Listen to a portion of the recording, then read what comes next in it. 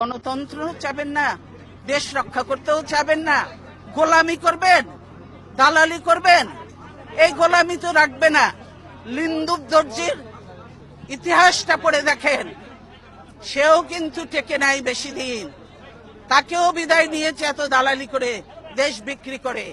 কাজে এই দেশ বিক্রি চলবে না হাসিনার, দেশ রক্ষা হবে ইনশাআল্লাহ। দালালি বন্ধ করতে বলেন, আর হাসিনার দালালি করে লাভ হবে না।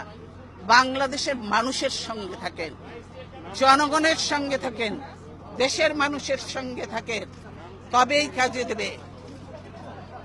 দেশ বাঁচবে, মানুষ বাঁচবে। আজকে সকলের দায়িত্ব হয়ে গেছে দেশ বাঁচানো, মানুষ বাঁচানো। আর আপনারা ঘরে ঘরে ঢুকে এখন মানুষ হত্যা করছেন। মনে করেন যে এগুলোর হিসাব নেই?